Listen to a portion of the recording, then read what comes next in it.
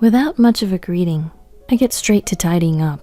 Seeing this, my ex-husband James finally speaks up. You don't even shed a tear, huh?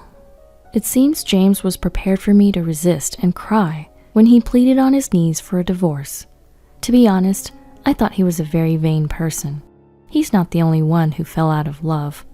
Well, you're the one who's going to have a harder time after the divorce than me, James. Rather than shed tears, I could hardly hold back the laughing. Huh? What do you mean? My ex-husband James looked at me with a suspicious face. Between a housewife like you, Kate, and a corporate hotshot like me, you're the one who's going to struggle. Plus, I'm planning to remarry, while you'll be on your own.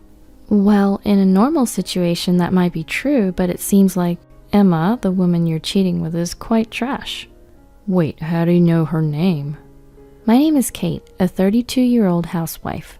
I met my husband James at a social gathering. Because we were the same age, we had a lot in common and we quickly became good friends. On top of that, James was a salesperson in a trading company and made significantly more money than the average person our age. Thanks to him, I've been living a life without any inconveniences. There was just one issue. Our marriage life wasn't going so well. Although it's just one issue, it's a pretty serious one. I realized it had already been 7 years since we got married. At first, we were truly in love, acting lovey-dovey almost every day and always having meals together no matter how busy James was. But that loving relationship had completely cooled down. Take care, what about dinner? I don't need it, I'll eat out. You can go to bed first, I'll be home late. Alright, got it. When we were newlyweds, he used to say, eating together with you, Kate, is my greatest happiness. However, now it's normal for him to come home after midnight. He gets home when I'm asleep and heads to work in the morning without having a proper conversation. It feels like being avoided by a child who's going through puberty. Around the time when such days became normal, I noticed certain changes in James. Huh? Did he always use this hair product? And there's even a full line of skincare products. And there's cologne. Until now, to be honest, he'd hardly cared about his appearance. He didn't even have many casual clothes, since he only wore suits, but suddenly he's splurging on branded outfits. I don't mind if he had some kind of change of heart. Plus, I always thought he didn't care enough about his appearance. But the reason for this change seems a little off. Observing James's behavior, it's suspicious. He started using his phone in secret and even takes it with him to the bathroom and shower. He used to leave it lying around on the couch and I'd nearly sit on it all the time, thinking how I could have messed up his phone. Why has he suddenly changed so much like this? Because of James's behavior, I began to suspect him more and more whenever he got home late. Could he be cheating? But I had nothing more than suspicion and no conclusive evidence. And despite how cold our relationship had become, somewhere in my heart, I still wanted to believe in James. That's why the thought of my suspicions being true was terrifying. I started to act in a way to improve my relationship with James, as if I were turning away from reality. I tried to increase our conversations and proposed outings, but every time I tried to approach him, I was given the cold shoulder. Well, that's understandable. We've been married for 7 years, and our relationship had become almost like a sham for several years, even though I'm trying to make an effort. Being treated coldly makes me really lonely. With such things going on, my feelings started to fray. One night, I could not hold back my feelings any longer, and I finally decided to ask James. Hey, you're not cheating, are you? When I asked him, James just looked at me and remained silent. Say something, are you cheating or not? My husband remained silent for a while. Then, without a word, he stood up from the couch he was sitting on and approached me, seated at the table. He bowed his head toward me. I'm sorry, Kate. I want a divorce. I was at a loss for words by these unexpected words. Without paying any mind to my stunned silence, he continued. I've fallen in love with another woman. I want to start a new life with her. How dare he say such a selfish statement without hesitation? What did he think of our 7 years? I had a presentiment that there was another woman, but I never imagined he would say something like this so suddenly. all my efforts to mend our relationship were in vain. Was the man I fell in love with really this selfish and cruel? When we were first getting to know each other, I thought there was no one else as wonderful as him. Unable to say anything, these thoughts just kept spinning in my head. Then my husband made another statement that made me doubt my ears. The truth is, she's pregnant with my child. I want to be with her for the sake of our child's future. I felt dizzy, as if I were about to collapse right there. I could feel everything before me turning white. We didn't have a child. During our 7 years together, we weren't even using protection. In fact, we'd actively been trying to conceive, and even sought infertility treatments.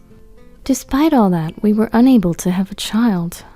According to the medical reports, my husband had fertility issues, but he's been saying that he's eager to have a child. That's why, though we know how difficult it was, we never gave up. I had always done my best to meet his expectations. Well, recently our relationship had lost its spark and we hadn't been trying to conceive. It seems that the fact that he had a child with his mistress was a major factor in his decision to divorce. I've always wanted a child and I want to show my mom her grandchild as soon as possible. You understand how I feel, don't you, Kate? So please, let me go. Let's get a divorce. My mother-in-law has been suffering from serious illness and hospitalized for the past 2 years. I understand his desire to let her hold a grandchild as soon as possible, but to have a child with another woman instead of his wife? How terrible could this be? I always wanted a child too. That's why I even attempted fertility treatments. I thought we were sharing the pain of not being able to have children. Do you realize how selfish you're being? You betrayed me! In my anger, I shouted at him, but all James did was look down and apologize. It seemed like he was just waiting out the storm, and that made me irritated even more. What kind of woman is she? Just because she's having your baby, I'm nowhere near ready to accept a divorce. I urged James to tell me more about her, but he responded, I'm sorry, but please spare me. I want to respect her privacy. What? Just how selfish can you be? I have a right to know as your wife. Tell me everything. Even when I questioned him like this, James stubbornly refused to reveal anything about the woman he cheated with. She's 2 years younger than you, Kate. That's it? She's an employee. What a joke. He must really care about her. No matter how much I prodded, James didn't provide any substantial information. For a few days, we continued to discuss this. But during those talks, I absolutely refused to accede to James's request for a divorce. I didn't want things to go exactly as he wanted. All the while, James kept bowing his head to me. I beg you, I no longer have feelings for you. What's the point in continuing this marriage? Even my mother knows about this and she's okay with it. Apparently, James had already discussed this with my mother-in-law. I was unfortunately shaken up by that. My mother-in-law and I had been distant lately, but I thought we had a good relationship. Then James kept revealing one shocking fact after another. I've already given her an engagement ring. We plan to move in together soon. All that's left is for you and I to get a divorce. I felt faint and nearly passed out. My husband, James, was seriously planning to be with the woman he was having an affair with. But I didn't agree to divorce him. This back and forth between James and I lasted almost a month.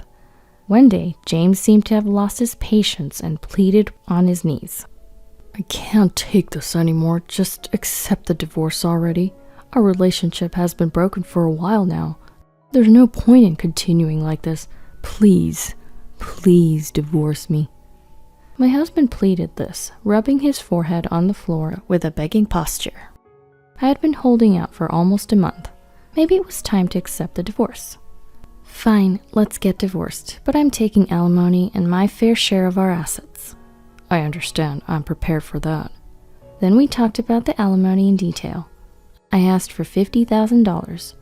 It's more than the average, but as I protected our home in the 7 years of our marriage life, I wanted that much as compensation. James agreed. We also discussed asset division, and we decided that I would receive half of the balance in our joint account, and he would cover the cost of my move. Then I signed the divorce papers that James had prepared. As I filled out the divorce papers, various thoughts ran through my heart. Even though we didn't love each other anymore, We had lived under the same roof for 7 years, and it would all end with just a single piece of paper. But I no longer had any feelings for James. The next day, I submitted the documents to the city hall, and our mutual divorce was finalized. After the divorce, James married the other woman right away. I don't know if she hurried him or not, but since they were going to have a child, he probably wanted to be with her as soon as possible. I was honestly surprised at how fast he moved, even though I hadn't finished sorting out the belongings in the apartment we used to share. That made me want to hurry up and pack my things as soon as possible, so I headed to the apartment where I used to live with James. As it turned out, the timing overlapped and James had also come to the apartment. Without much of a greeting, I get straight to tidying up. Seeing this, my ex-husband, James, finally speaks up. You don't even shed a tear, huh? It seems James was prepared for me to resist and cry when he pleaded on his knees for a divorce. To be honest, I thought he was a very vain person. He's not the only one who fell out of love. Maybe because I had been refusing the divorce for a long time, James might have assumed that I still loved him. He seems to misunderstand, but the reason why I didn't accept the divorce right away was because of my stubbornness, not to go along with James and to investigate his mistress by myself. Well, you're the one who's going to have a harder time after the divorce than me, James. Rather than shed tears, I could hardly hold back the laughing. Huh? What do you mean? My ex-husband, James, looked at me with his suspicious face. Between a housewife like you, Kate, and a corporate hotshot like me, you're the one who's going to struggle. Plus, I'm planning to remarry, while you'll be on your own. Well, in a normal situation, that might be true, but it seems like Emma, the woman you're cheating with, is quite trash. Wait, how do you know her name? You thought I was just being stubborn and refusing our divorce? I've been having a private investigator look into her this whole time. James's face turned pale. In a few weeks, I had obtained a lot of information about his mistress. Firstly, her name is Emma. She's 27 years old. In fact, she's divorced twice and currently living in her parents' home. Emma, from what I hear, is a woman with loose morals, constantly shuffling through men. As a result, even though she has a child with her first husband, he has custody and she has been forbidden to see her child due to her being a bad influence on the child. Indeed, Emma seems to have other men in her life apart from my ex-husband. The PI even saw her go into a motel with other men. Just in case, I asked them to take photos as evidence. When I shared all this information and showed him the picture, James collapsed on the spot. No way, Emma can't be that kind of woman. She only had eyes for me, and we were planning to build a happy family. James seems to be head over heels in love with Emma. It's frustrating, but this woman does seem to have the talent to charm men. She doesn't particularly stand out in terms of looks, but she probably has a knack for behavior that captivates men. What? You're lying. This is all made up to shake me up. This photo must be fake. Good grief, was James this foolish? Believe it or not, it's up to you, but even now your mistress sees other men. Oh, not your mistress anymore, I meant your new wife, right? Maybe the child isn't even yours. James's face turned increasingly pale. No way, not Emma. These are findings from the private investigator, so the possibility of you being deceived is high. Perhaps among her multiple boyfriends, you were the one who made the most money. That's why she chose you to marry. It's an honor, isn't it? Even if the child may not be biologically yours, you wanted a kid anyway, so raise your child well. I said this to James as a final blow and left the apartment with my belongings. After a while, I received an email from James. He wanted to get back together. As I suspected, the child Emma had given birth to wasn't James's. When he confronted Emma, she retorted, I didn't know whose child it was until it was born. But James was already married to Emma. Therefore, legally, he has to raise the child she gave birth to as his own. James was just a money tree for her. As proof, when paying alimony to me, James had covered Emma's portion too. So James had paid me $80,000 in total. James was furious and confronted Emma. But she said, You seemed happy to serve me. And one day, she left the child behind and disappeared. James called me while begging. You were right, I was deceived. I'm really sorry. I want to start over again. I was just disgusted. You think I'm going to come back to you by saying those kind of good things? You had an affair, that's a fact. You betrayed me, that's also a fact. You need to accept reality.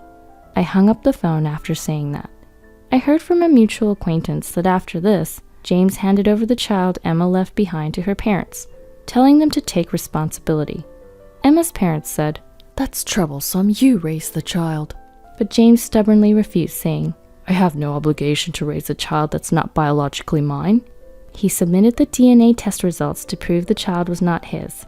And he also revoked his acknowledgement of the child. Emma's parents apparently didn't know that the child wasn't James's. After they found Emma, they took her back home and are forcing her to raise the child in semi-captivity Apparently, they're keeping a close eye on her. to prevent her from freely meeting other men. By the way, even though my ex-husband James has lost all ties with Emma, he has paid me $80,000 in alimony, including Emma's portion, causing his savings to disappear all at once. He has been demanding Emma to repay the alimony he had covered for her, but it seems she doesn't care at all about him and is saying she can't pay back what she doesn't have. As a result, James has sadly become a divorced man without any savings. In addition, he's unable to focus on his work due to this outcome, causing him to make lots of mistakes. Now he's been relegated to a department in a rural area with no prospect of promotion, where he lives a lonely and solitary life. On the other hand, I've moved back to my parents' house and am helping out with their farming business. And after a few years, I fell in love and married a local fisherman. We don't have children, but I'm spending every day happily with my husband, who is always kind to me.